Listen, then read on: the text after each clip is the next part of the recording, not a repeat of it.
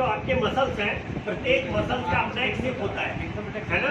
आपने कभी देखा होगा या साइंस में पढ़ा होगा, तो हड्डियों में जो मांस एक पैटर्न में बैठा हुआ है, तो वो पैटर्न यहाँ पे इनका जो है डिस्टर्ब है, जिसकी वजह से इनके बॉडी की बैलेंस गड़बड़ होती है। आप ध्यान दीजिएगा कि क्लिनजिंग थेरेपी में हम सभी लोग बॉडी को सफाई करते हैं। जैसे गाड़ी की सर्विसिंग होती है, वैसे क्लिनजिंग थेरेपी में बॉडी की सफाई की जाती है, और टाइलों में किया जाता है बॉडी की बैलेंसिंग की जाती है।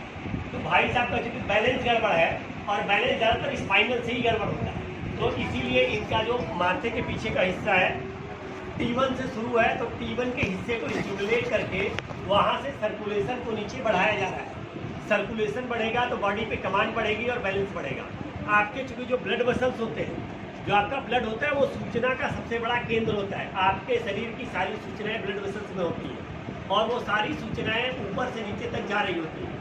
इसीलिए आपके कोई भी दिक्कत होता है तो ब्लड जांच से पता चल जाता है। तो हम लोग यहाँ पे कर रहे हैं सर के माध्यम से कि यहीं से पूरी सप्लाई आ रही है, तो उस सप्लाई को पुनः एक्टिवेट किया जा रहा है। जो किसी न किसी कारण क्योंकि लीवर क्लिनजिंग हो चुकी है, तो ऑलरेडी नसों की सफाई हो चुकी है। अब जो इनका बैलेंस गड़बड़ हुआ है, ये बैलेंस सेट करने के लिए जहाँ से इनका पूरा सर्वाइकल का स्ट्रेंथन जा रहा है, उसको स्टिमुलेट किया जा रहा है, एक्टिवेट किया जा रहा है।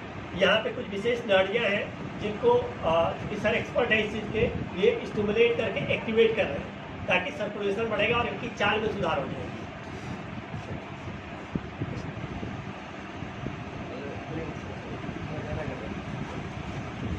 बस यही आएगी। अब इसमें ये भी जांच किया जाता है कि आपकी गर्दन कितनी मूव हो रही है नॉर्मली, और अगर किसी को किसी तरह की विशेष समस्या है तो वो जाम बताता है। तो जाम को कैसे हम एक्टिव करेंगे, वो तरीके यहाँ पे होते हैं, जिसमें बहुत माइनर हल्का सा झटका दे करके गर्दन को, उसकी जो स्टिफनेस है उसको सही किया जाता है।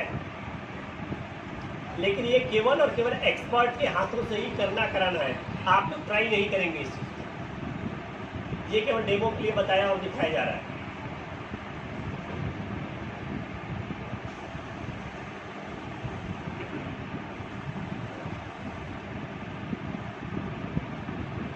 क्योंकि गर्दन से ही आपके पूरे शरीर की कनेक्टिविटी होती है, और गर्दन में जैसे स्पॉन्डिलाइटिस होता है तो हाथ जाम हो जाता है, फ्रोजन शोल्डर होता है तो आपके कंधे जाम हो जाते हैं।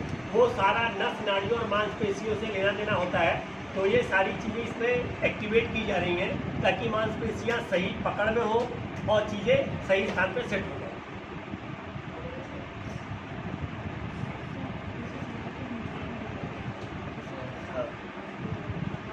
एकाध लोगों का टेबल आएगा तो